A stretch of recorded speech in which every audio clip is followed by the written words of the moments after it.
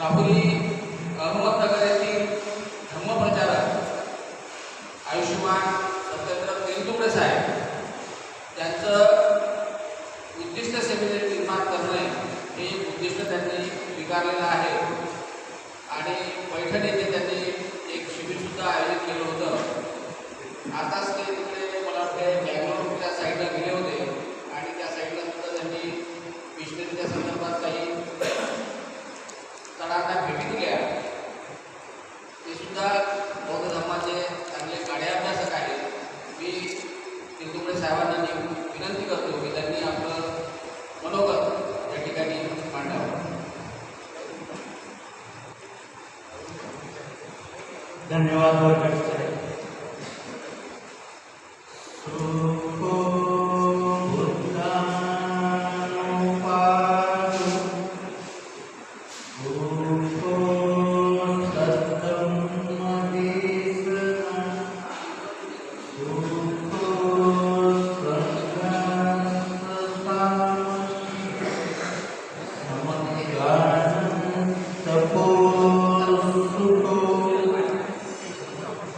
ज्यांच्या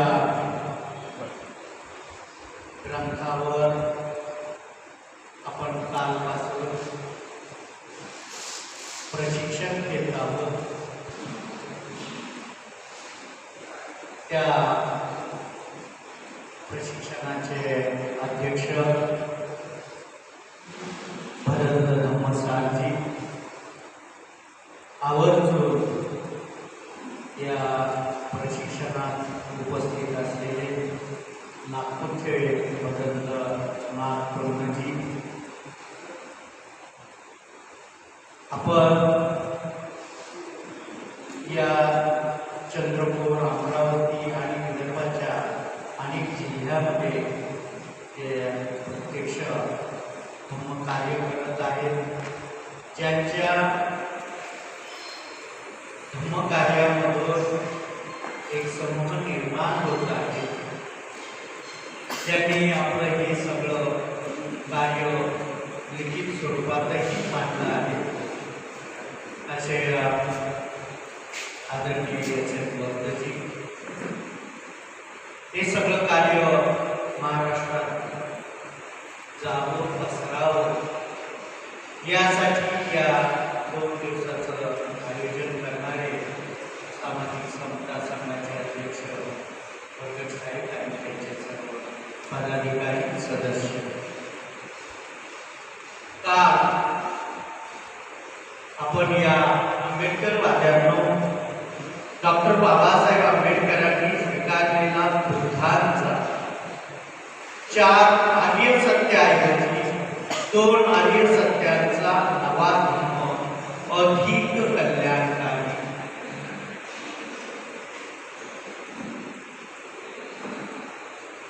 पुस्तकाचं नाव गिनीज बुकात नोंद व्हावी एवढं मोठं। सुरुवात ज्यांना सांगायचंय त्यांना आव्हान करून आंबेडकरवाद्यांनो, बरोबर आहे ना कदम साहेब, जे वादावादी करतात ते आंबेडकरवादी का जे संवाद करतात ते आंबेडकरवादी?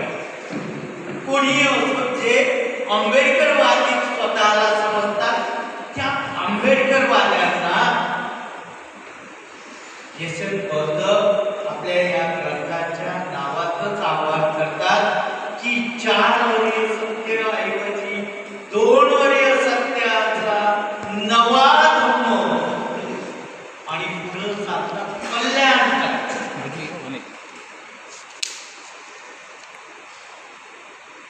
अशा धर्माचं प्रशिक्षण काल त्यांनी 4 तारखेपासून सुरुवात केली।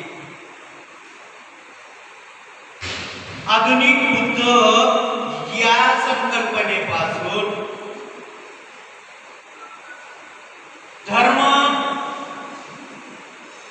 धर्मशास्त्राच्या ग्रंथात नसून खरा धर्म आचरणात आहे इथपर्यंत आणून त्यांनी सोडलं आणि हा माईक आपल्या हातात देऊन टाकला की आता मी हे एवढं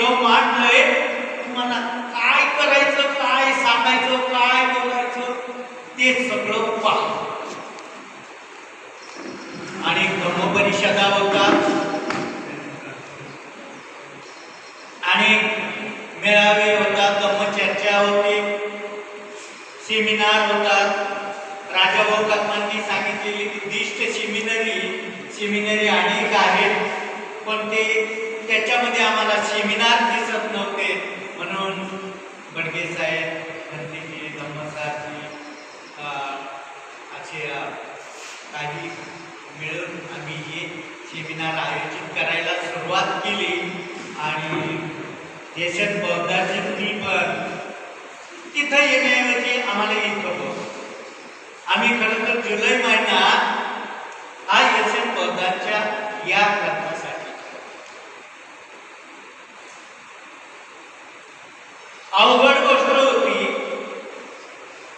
4 आर्य सत्याऐवजी 2 आर्य सत्य म्हणणारा माणूस काय असावा? एक तर वेडा असावा, नाही तर बुद्ध असावा. 4 आर्य सत्याला सोडतोय आणि हे कोण आहे? पण त्यांनी सुरुवात जी केली ती आधुनिक बुद्ध असेल. मोजक्या माणसांनी बाबासाहेबांना बुद्ध म्हणण्याचं धाडस केलं.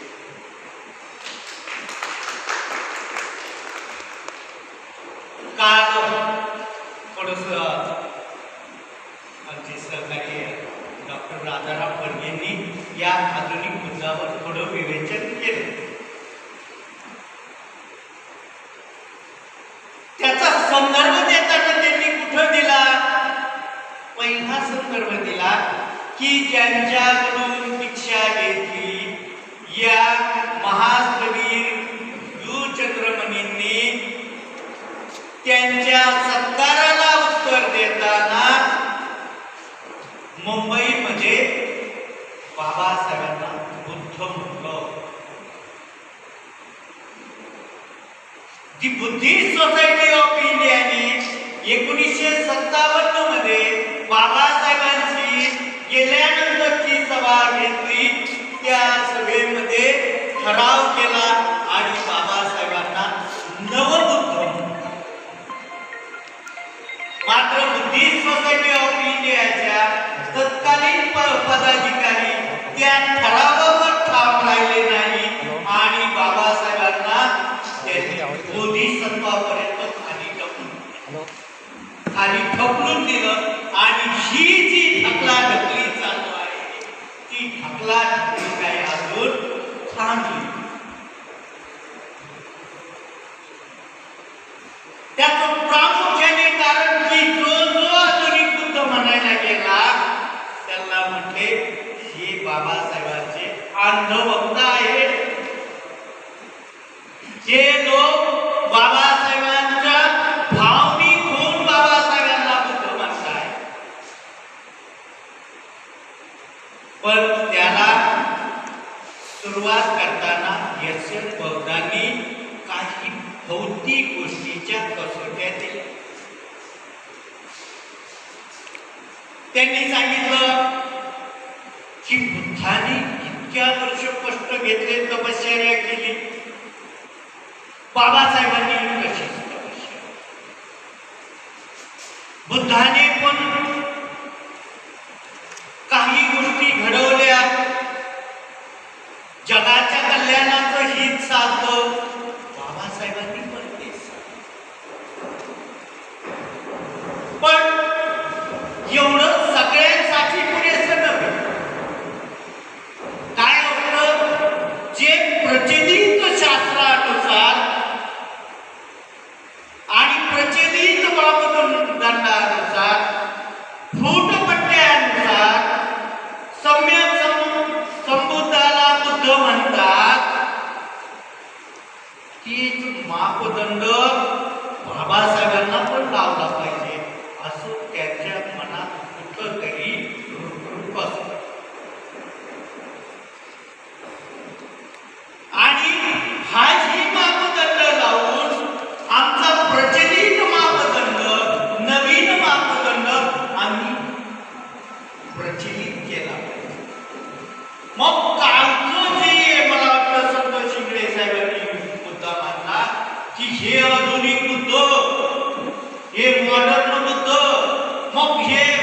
बुद्ध, काय प्राचीन बुद्ध, ओल्ड बुद्ध, काय म्हणायचं काय?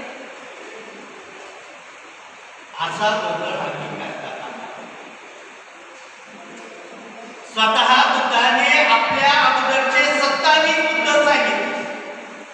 मग त्याच्यात दीपंकराचं, कनमकराचं, हे सगळ्या बुद्धाचे बुद्ध नाव म्हणत बसले नाही, नाव तेच ठेवले, पण त्यांना बुद्ध म्हणतात.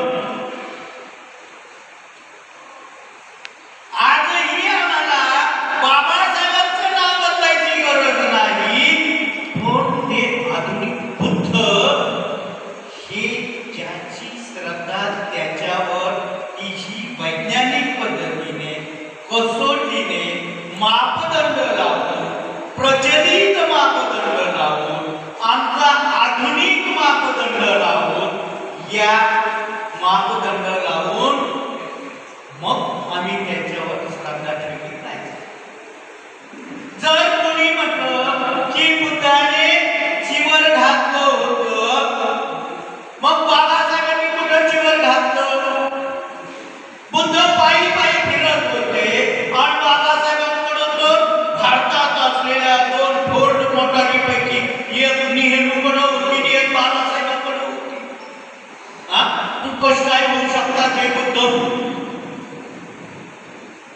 ज्या सगळ्या बाबी मग आमच्या बुद्धिस्ट सेमिनारीचं पण मत पडतं की जो आमचा नवा धर्मप्रचारक आहे, तो नवा धर्मप्रचारक, जुना धर्मप्रचारक बुद्धाचा चिवर होतो. चिवर नॉट जोक. म्हणजे 1920-22च्या कालावधीमध्ये गांधीजी भटकत असताना तिथं फक्त स्त्रिया आल्यानंतर फक्त पुरुष आले. कारण समजलं की त्यांना घालायला कपडे नाही. बाहेर पडत असताना स्त्रिया पुरुषाचे, पुरुष स्त्रियाचे घालतात आणि तेवढेच लोक येतात. या गांधीजीला इतकं दुःख झालं आणि त्यांनी एक संदेश दिला त्यांच्या लोकांना. स्वतः पंजावर आले, नवमीवर येणे, फक्त एक संदेश दिला त्यांच्या लोकांना, आम्हाला नाही दिला. त्यांच्या लोकांना संदेश दिला की तुम्ही माझं ऐका, नाही ऐकले तर तुम्हाला पंचावर येण्याशिवाय पर्याय नाही. दुसरीकडे बाबासाहेबांनी संदेश दिला की तुम्ही माझं ऐका, ऐकल्यावर तुम्ही माझ्यासारखे पोटात आल्याशिवाय राहणार.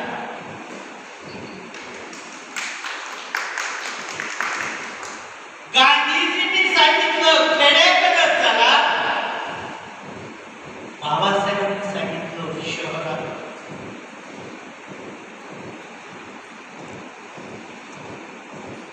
ज्या सगळ्या गोष्टीचा मापदंड ज्या वेळेला आम्ही बाबासाहेबांना लावतो आणि आधुनिक बुद्ध म्हणून मानायला सुरुवात करतो, त्यावेळेला आमच्या 4 आर्य सत्याचा आणि 2 आर्य सत्याच्या गोंधळाला थोडंसं रूप यायला सुरुवात. काही जण बाबासाहेबांना वेगळ्या दृष्टिकोनातून,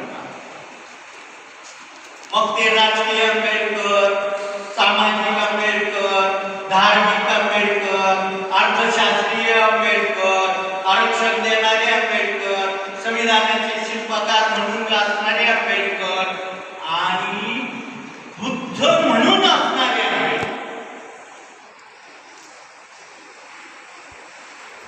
आणि सतत वाक्य सांगतो. काल परवा पण आमच्या देवनेश्वर सरांनी एका ठिकाणी सांगितलं की ते म्हणजे बाबासाहेब म्हणले की आमचा रथ इथपर्यंत आला, तो रथ याच्या मागं नेऊ नका, इथंच ठेवा.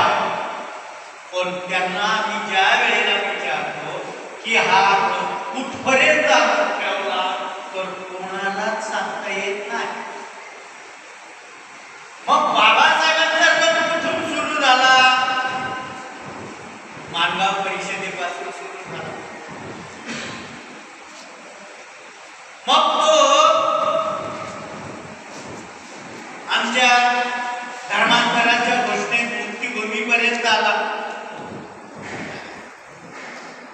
दुसरीकडं जातपात तोडक मंडळांना अनायलेशन ऑफ कास्ट की जे जगात भाषण झालंच नाही पण जगात सगळ्यात जास्त झालं न झालेलं भाषण किती रेकॉर्ड केलेत बाबासाहेब. आणि हे भाषण कोणाला दिलं?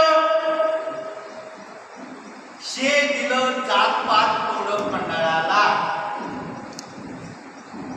की जे जाती पाती तोडू इच्छितात असं मंडळ. आणि त्या मंडळामध्ये कोण होतं तर सगळे जाती मानणारे लोक, सगळे सवर्ण लोक. आणि त्यांनी त्यांना थोडी वस्तुस्थिती सांगितली आणि बाबासाहेबांनी उपाय सांगितले. आणि दुसरीकडं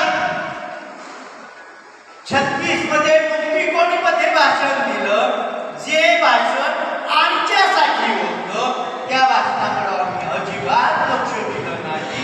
पण जे जातपात तोडक मंडळाचं सवर्ण लोकांना दिलेलं भाषण होतं ते भाषण आम्ही स्वीकारलं.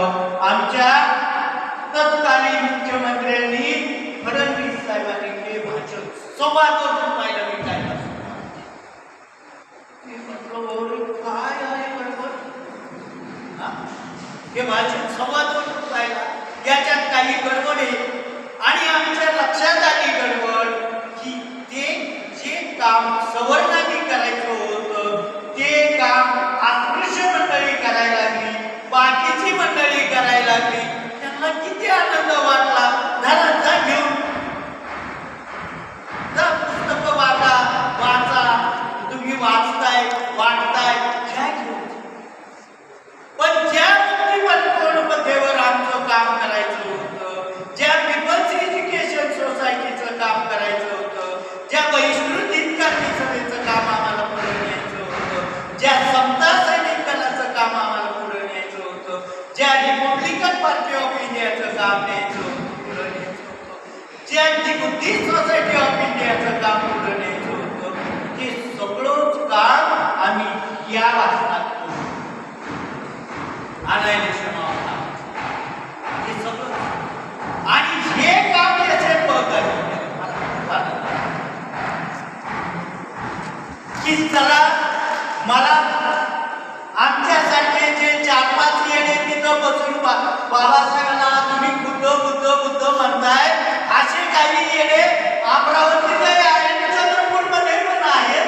चला त्या येण्यांना भेटायला जाऊ की आमच्यासारखं ते पण आधुनिक बुद्ध.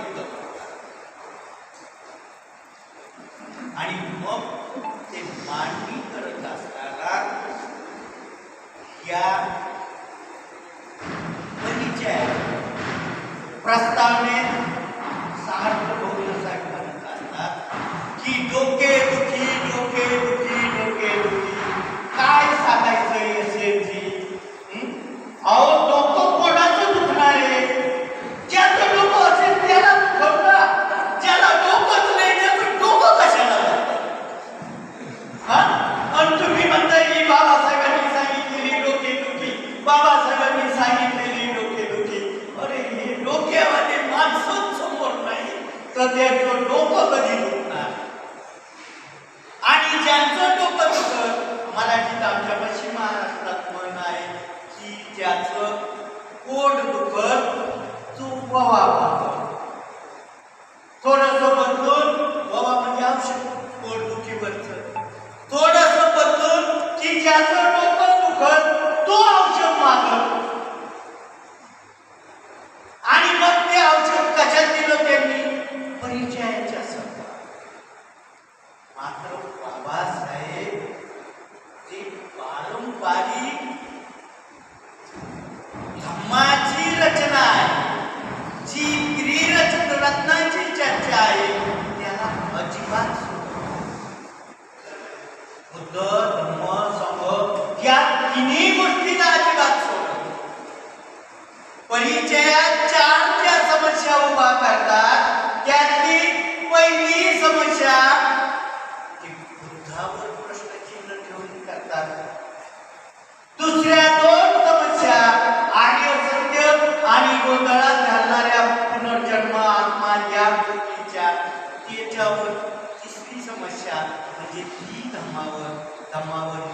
नाट्य सत्य आणि बदललेले पारिभाषिक शब्द या दोन गोष्टीवर बाबासाहेब प्रश्नचिन्ह निर्माण करतात आणि संघावर की संघ कसा असावा याच्यावर पण प्रश्न बाबासाहेबांच्या मानवीच्या दृष्टीने स्वभावाच्या दृष्टीने ही गोष्ट अतिशय अनुकूल आणि योग्य आहे की बाबासाहेब म्हणतात की विचार करण्यासाठी कारण मिळावं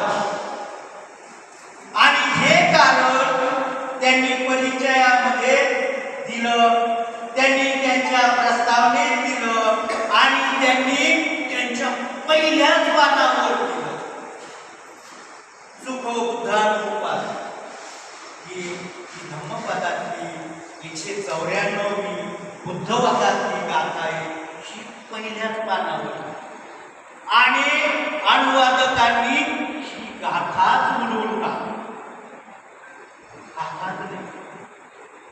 काहींनी हे प्रस्तावना म्हणून काहींनी या परिचयाचा संदर्भ मग या चार समस्या ज्या सगळ्या एस.एफ. बौद्धांच्या भाषेत आंबेडकरवाद्यांपुढे ठेवल्या त्यांनी त्या समस्या चर्चेलाच घेतल्या. आमचे धम्मसारवरती म्हणते अरे भारी त्यांनी धाडस केलं चंद्रपूरवाले. जरी कधी काळी त्यांनी बाबासाहेबांना पाडलं असतं चंद्रपूरमध्येच पाडलं पण इकडच्याच भागात कुठंतरी सांगत होते की चंद्रपूरमध्ये काही 3-4 जिल्हे होते पण विदर्भामधूनच बाबासाहेब पराभूत झाले. आम्ही ते सगळं असा हिशोब करतो पण जे असं पराभूत काही इकडून होऊ द्यायचं नाही असं ज्या काही नव्या पिढीने ठरवलं जी वसंती पिढी आहे ती वसंती पिढीमध्ये आहे मुंबईमध्ये पण आहे.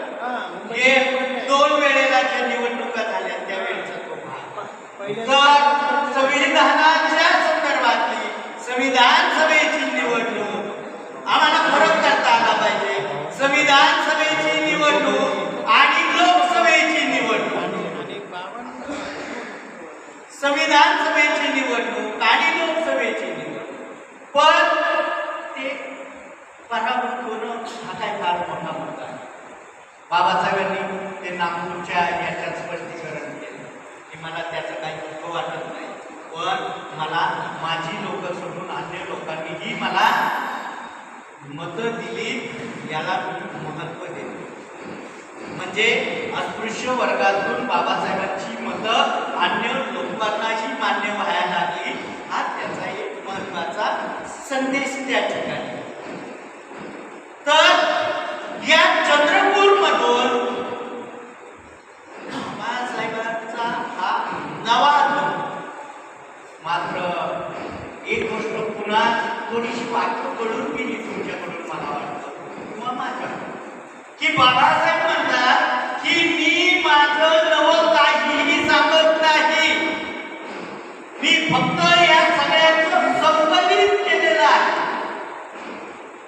आणि ते अश्वघोषाला त्याच्यामध्ये जास्त वेटेज देतात की याच्यातला बराचसा भाग त्याची भाषा मी महाकवी अश्वघोषापर्यंत घेतली की जे अश्वघोषाने बुद्धचरित्र नावाच्या ग्रंथामध्ये घेतली होती. आज संपूर्ण बुद्धचरित्र उपलब्ध नाही त्याचा काहीच भाग उपलब्ध नाही. जर ते सगळं गडगे साहेब बरोबर आपणच पाहिलं की ते जर सगळं बुद्धचरित्र उपलब्ध असतं तर बाबासाहेबांनी ते ज्या काही गोष्टी आहेत त्या आम्ही समजल्या. 1876ला ब्रह्मदेशामध्ये 4थी समिती झाली आणि त्या समितीमध्ये भरतेजी टिपू संघाने ठराव केला की आता धम्म सांगण्या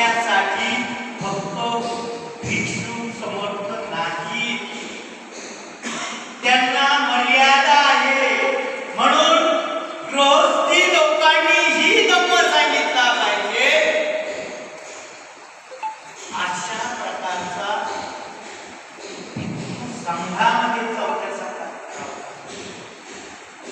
आणि त्याचं अनुकरण आमच्या भारतातल्या पीएम नर्सरी पहिल्यांदा की बाबासाहेबांनी या पीएम नर्सरीचे ग्रंथ नंतर स्वतः थोडा करून प्रकाशित केले आणि लोकांनी इतके गायब केले की त्यांचा शेवटचा ग्रंथ आता त्या हैदराबादमध्ये निघतो त्यावेळेला तो 2010 मध्ये प्रकाशित केला. फुल्यांचा जसा शेतकऱ्यांचा असून फुले महात्मा फुले 1890 ला गेले पण त्यांचा शेतकऱ्याचा असून ग्रंथ की 1960 ला प्रकाशित. फुल्यांच्या नंतर महात्मा फुलेंच्या नंतर 70 वर्ष बाबासाहेबांच्याही बुद्ध आणि त्यांच्या धम्माची हीच अवस्था आहे. बाबासाहेबांनी या दीक्षेच्या अगोदर तो प्रकाशित व्हावा म्हणून खूप धडपड केली पण त्यावेळची ट्रेडर प्रेस त्यावेळचं अंतर बाबासाहेब दिल्लीला ग्रंथाची छपाई मुंबईला त्याच्यात काही भाग शाची रेगे वगैरे सारखी मंडळी इकडं औरंगाबादला ही सगळी पाकापाकी म्हणून बाबासाहेबांना दीक्षेच्या अगोदर हा ग्रंथ प्रकाशित केला आणि जो प्रकाशित झाला 57 ला इंग्लिश मध्ये कारण सतत ट्रेडरचे पेजेस तयार 57 मध्ये प्रकाशित 1957 ला प्रथम झाला. 1961 ला हिंदी मध्ये डॉक्टर बदलता कौशल्य यांनी ट्रान्सलेट केला आणि जे खरे बौद्ध झाले होते ज्यांनी दीक्षा घेतली होती त्यांच्यासाठी हा 1970 ला होता. अभ्यासाच्या दृष्टीने समाजशास्त्रामध्ये 20 वर्षाची एक पिढी धरली जाते ज्यांनी दीक्षा घेतली की त्या दीक्षा घेतलेल्या पिढीचं कार्यप्रवण वय हा ग्रंथ प्रकाशित झावायच्या वेळेला संपलेलं होतं. ही पिढी संपली आणि दुसऱ्या पिढीने एक वेगळं भांडवल सुरू केलं. बाबासाहेबांना कोणी मारलं रिपब्लिकन पक्ष कोणी फोडला जरी बाबासाहेब म्हटले की धम्म प्यारा आहे पण यांना त्या संस्था प्यारा वाटल्या यांना त्या संस्था म्हणजे कुरण वाटल्या आणि कोणी कोणत्या कुरणात चढायला पळायचं याची चढावट लागली आणि धम्माकडं अजिबात या ग्रंथाकडं अजिबात लक्ष द्या. मग त्याचा जे अनुवाद झाले त्या अनुवादामध्ये प्रचंड एरर झाले. मग आमचे राजा भाऊ कदम सारखे अरे काय केलं या पीपल्स एज्युकेशन सोसायटीने काय केलं याबद्दल नगर सगळ्यांनी द बुद्ध अँड धम्माचा अनुवाद कुठं भगवान होतो का कुठं अमुक होतो का म्हणजे अनुवादापासून मराठी भाषेत प्रश्न निर्माण.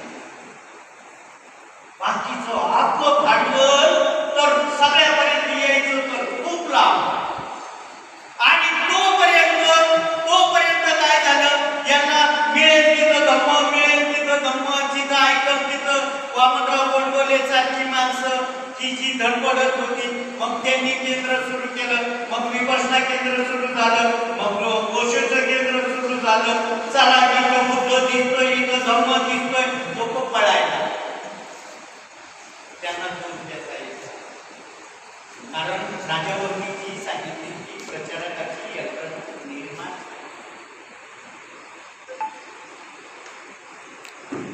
आता हे बरोबर आहे की नाही याच्यावर हे केलं. मी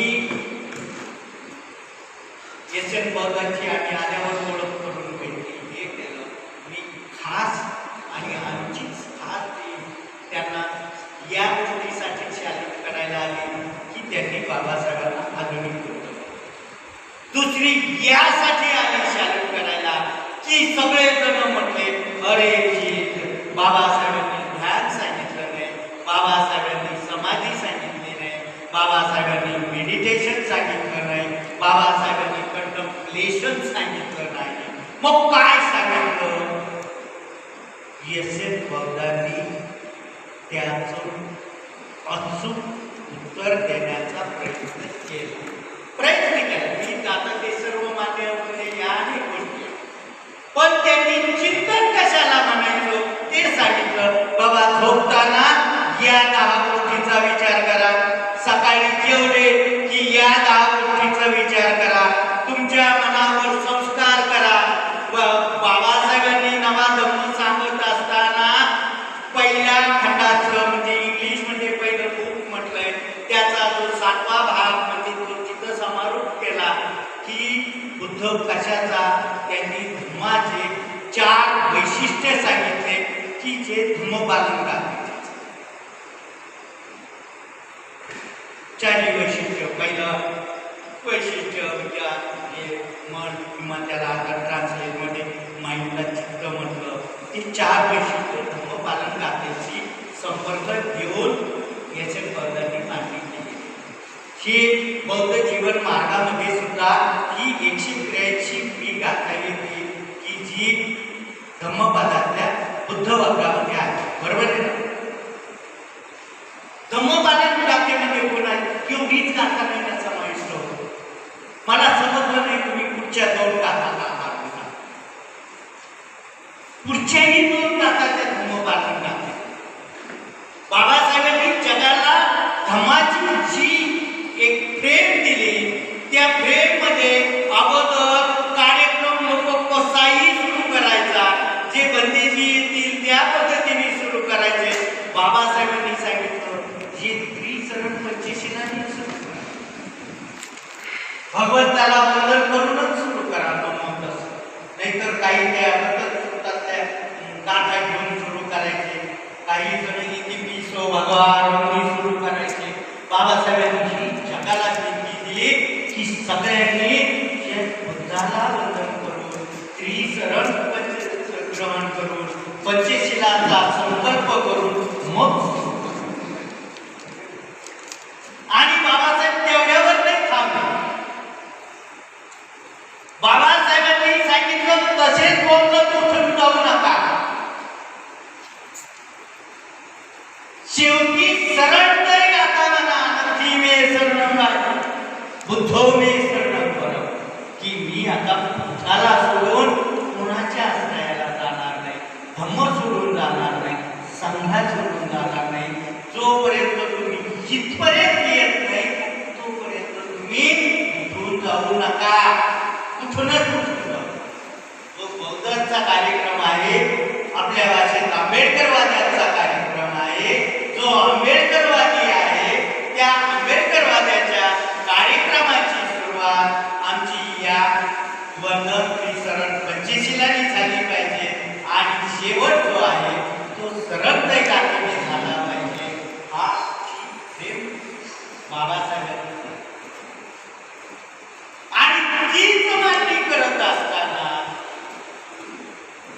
मग खरं तर मग ही जी पहिली गाथा 183 जी आहे ती बुद्धवादाची.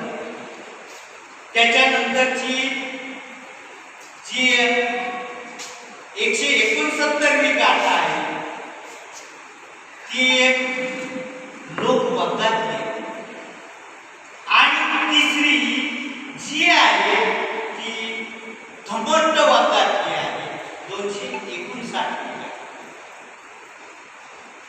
ज्या तिन्ही गाथा मिळून धम्मपालन गाथा. त्याच्यात तुम्ही पटिशनाचा संदर्भ घेतला, बाकीचा संदर्भ घेतला, अर्थाच्या दृष्टीने अजिबात बदलत नाही, अजिबात बदलत नाही. पण धम्मपालन गाथा म्हणजे फक्त एकच गाथा नव्हे, एवढंच मला नम्रपणे तुमच्या निदर्शनात सांगून द्यायचं. आणि हे बाबासाहेबांनी धम्मपदातूनच संकलित केलं. आणि धम्मपद जे आहे ते धम्मपद या त्रिपिटकाकडून संकलित. त्यातही बाबासाहेबांची इच्छा होती की चिनी धम्मपद, चिनी धम्मपदाचा माझ्या ग्रंथामध्ये समावेश असावा. बाबासाहेबांनी चिनी धम्मपदाचा समावेश केला का नाही हे आज सांगायला माझ्याकडे प्रमाण नाही. का नाही? कारण चिनी धम्मपद मी गेली 10 वर्ष प्रयत्न करूनही चिनी धम्मपद उपलब्ध होऊन नाही. मात्र अनेक युनिव्हर्सिटीमध्ये आहे ते धम्मपद आणि चिनी धम्मपद याच्यामध्ये एकाने भाष्य केलं होतं. जसं हे युएन सांग यांनी जे भाष्य केलेले आहे तसं भाष्य केलं होतं. ते भाष्य उपलब्ध आहे की चिनी धम्मपदामध्ये किती वक्र होते, त्याच्यामध्ये काय काय होतं, त्याच्यातलं अनिच्च वक्र जे आहे ते आज उपलब्ध नाही.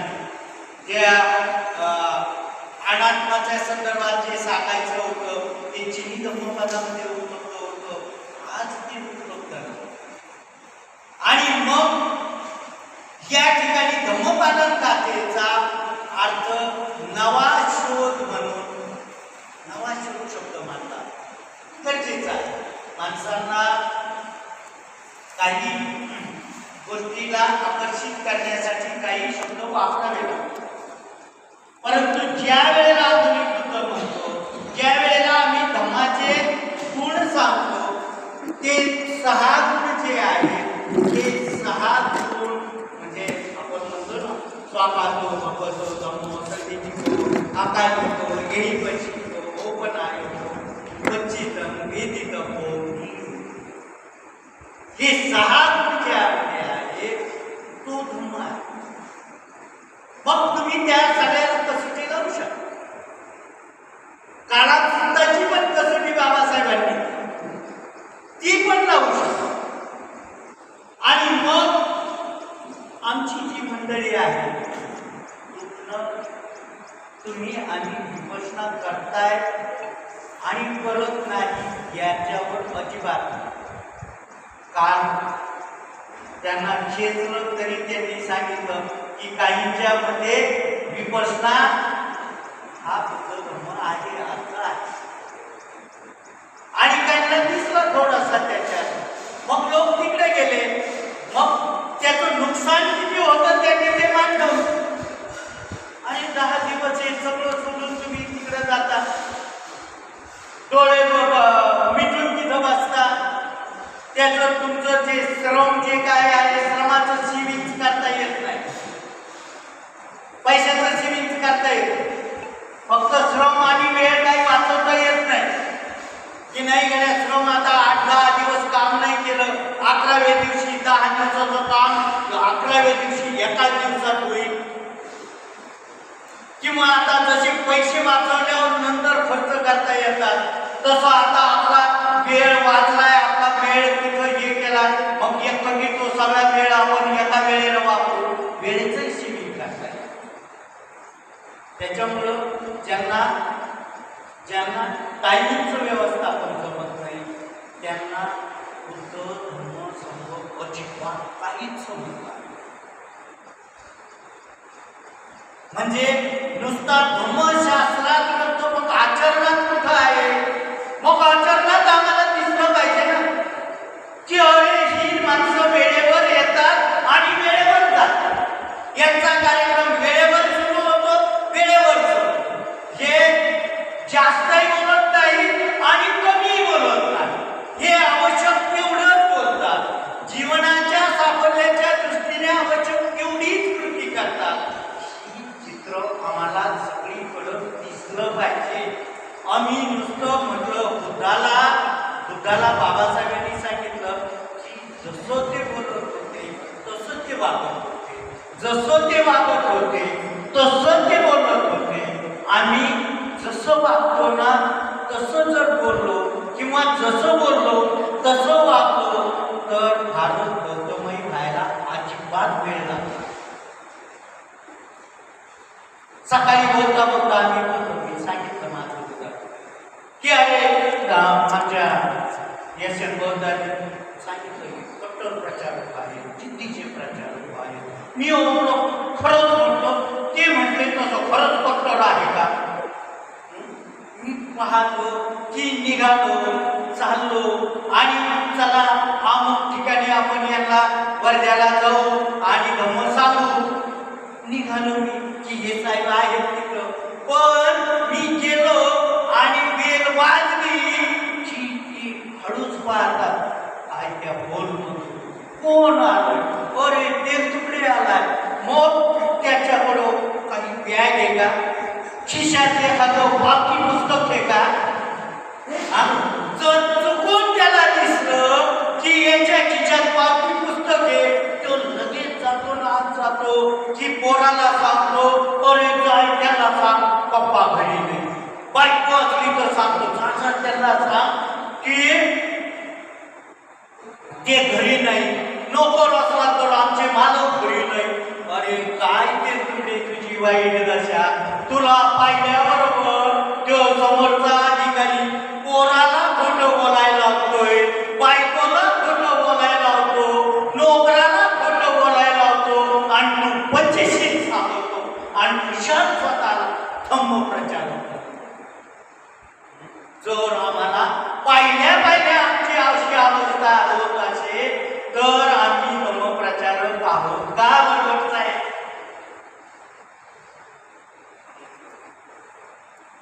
आमची काही माणसं लईच खतरनाक, ज्यावेळेला खाली बसणारी इथं वर बसणारी बोलणारी माणसं सगळी लबाड, नुसते पंचशील सांगतात पण लबाड.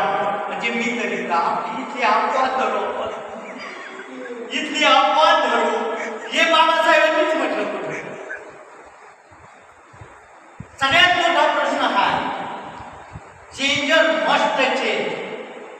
बदलायला निघाणारा माणूस पहिल्यांदा बदलला पाहिजे, त्याचा प्रयत्न त्यांनी धम्म म्हणजे काय या 6 गोष्टी त्यांनी घेतल्या. की जीवन सुचिता, ते धम्माचं आचरण करण्यासाठी ती जीवन सुचिता म्हणजे जीवनाची पवित्रता, जीवनाची पूर्णता, निब्बाण सर्व संस्कार आणि ते आहेत म्हणजे कर्माला आधार देणं. या 6 गोष्टी घेतल्या आणि 6 गोष्टीमध्ये बौद्धांनी अजून 2 गोष्टी जोडल्या. पहिल्यांदा त्रिसरण पंचशील अष्टांग मार्ग घेतलं आणि शेवटी धम्मपालन करता. असंच आहे ना, धम्मपालन करता. बाबासाहेबांनी जी धम्म अधम्म सधम्म ही जी रचना केली त्यालाच अनुषंगाने केली. पण त्यामध्ये ज्याला अधम्माला सुद्धा धम्म म्हटलं जातं, जे बाबासाहेबांनी सांगितलं तीच स्थिती आज आहे. ती अजिबात बदलली. या ग्रंथाचा विचार करता काही गोष्टी म्हणजे चांगल्या कौतुकाच्या मांडल्या पण शिक्षक आहे, शाळा मास्तर आहे, आमची थोडीशी काकदृष्टी असते. काकदृष्टी म्हणजे कावळा जो असतो तो कावळा सगळं जनावरांवर लक्ष ठेवत नाही.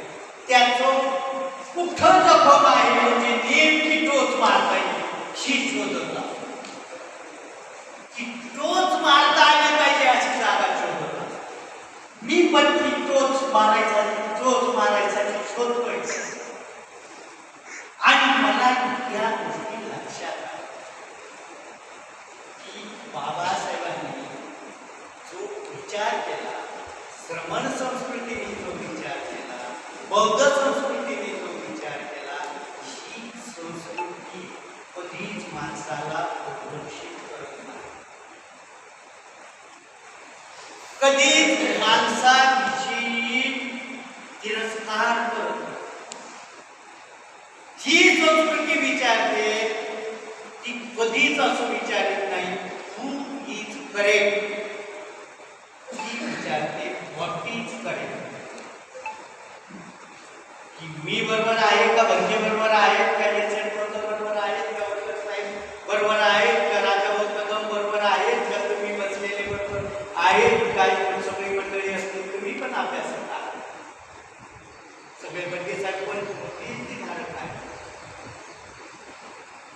जे सगळी मंडळी जी आहे अभ्यास, पण आमच्यातलं कोण बरोबर आहे याच्यासाठी पेन घेऊन आम्ही जर तीर्मान करलो तर मात्र आमचं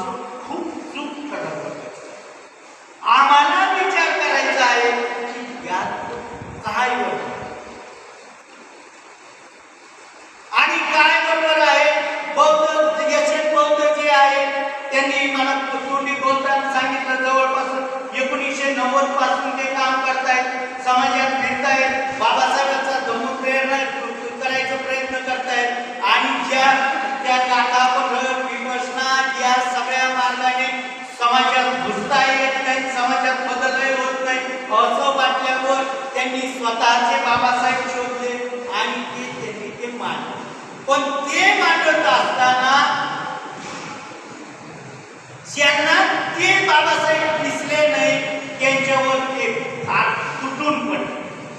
मला वाटतं एवढं तुटून पडायचं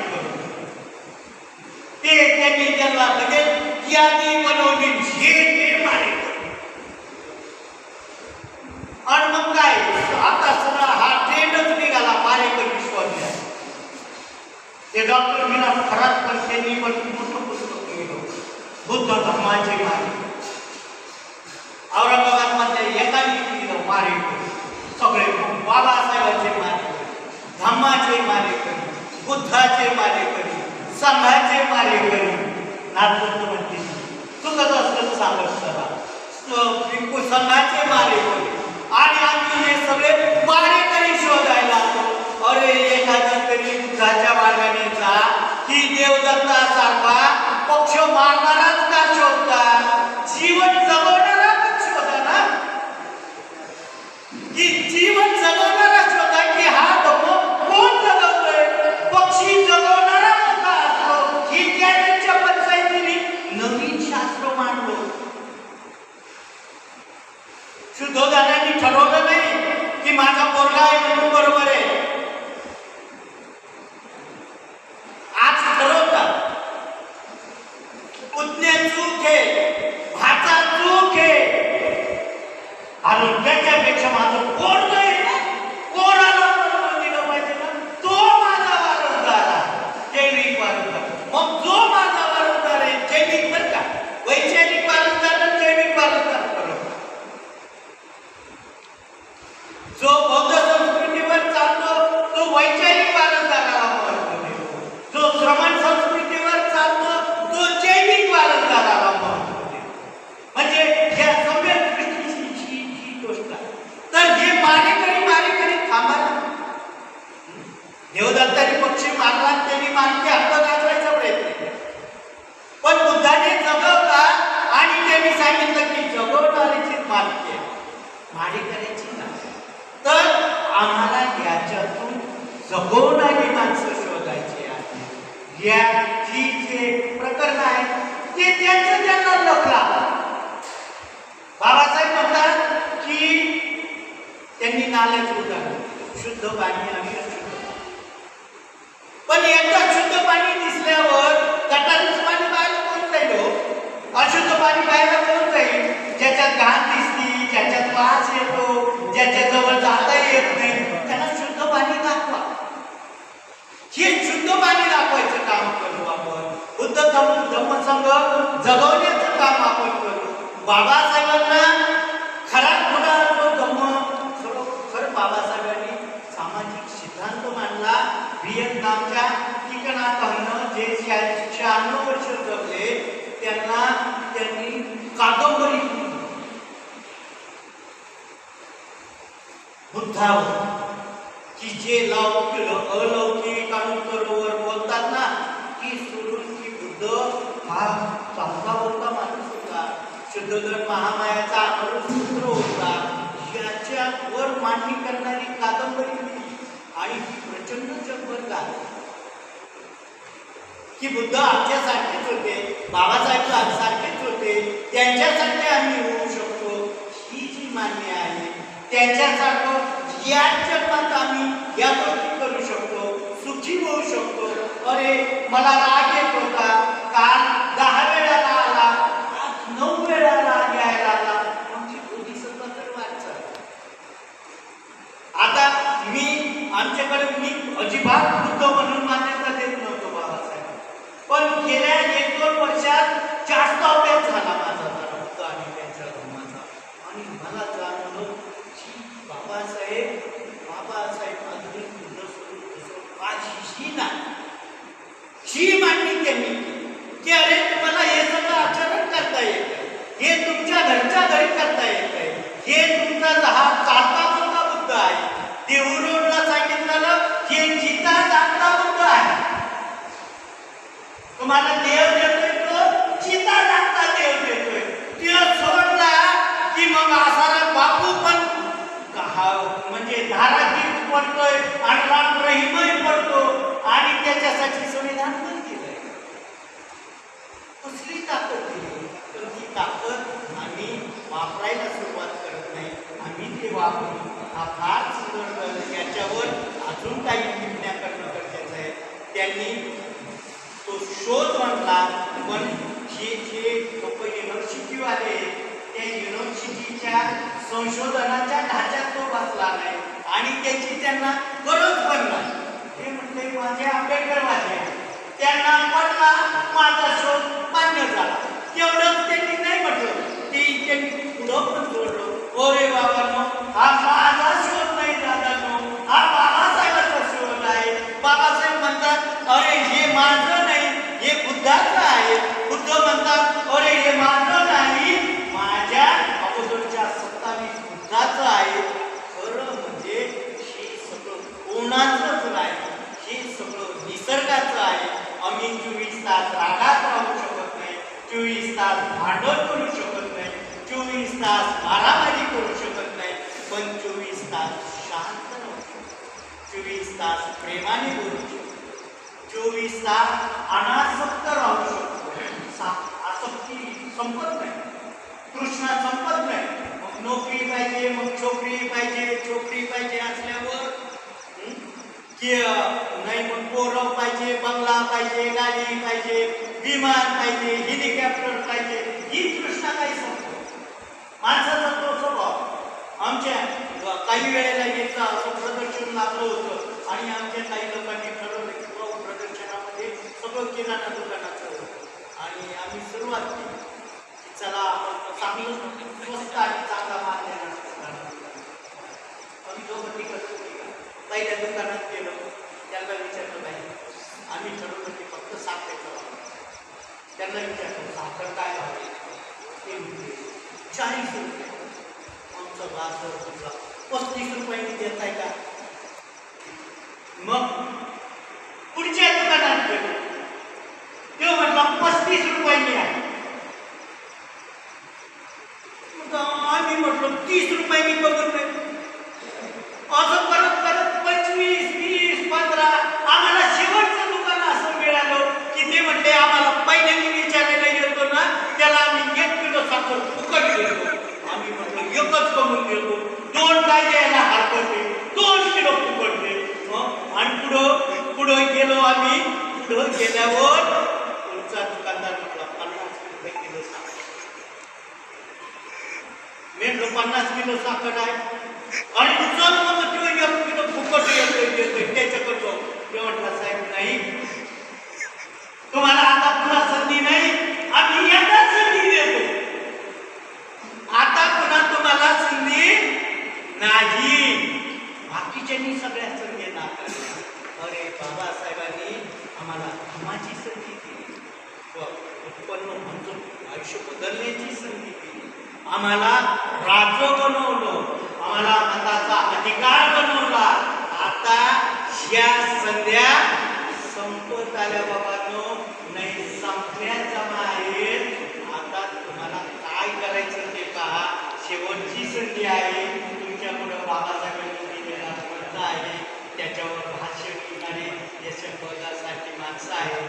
त्यांची खूप तळमळ आहे की बाबा मी मनाने भक्कम आहे, मी वाचेने भक्कम आहे, पण काया मात्र जर्जर झाली. ही जर्जर काया होण्याच्या अगोदर थोडा तरी कुणीतरी पुढं न्या, मग बाकीच्यांनी न्या, कुणीतरी घ्या. ह्या सगळ्या संध्या या ठिकाणी उपलब्ध केल्या. ही संपत असलेली संधी द्यायची का सोडून द्यायची हे सगळं आपल्यावर आहे. त्या दृष्टीने आपण विचार करा. खूप धडपड करून हे सगळं नियोजन केलं. आपण आलात, ज्यांना त्याची आस्था होती, ज्याला त्याच्याविषयी काहीतरी करावं होती, असे सगळे बुद्धत्वाकडे जाणारे बोधिसत्व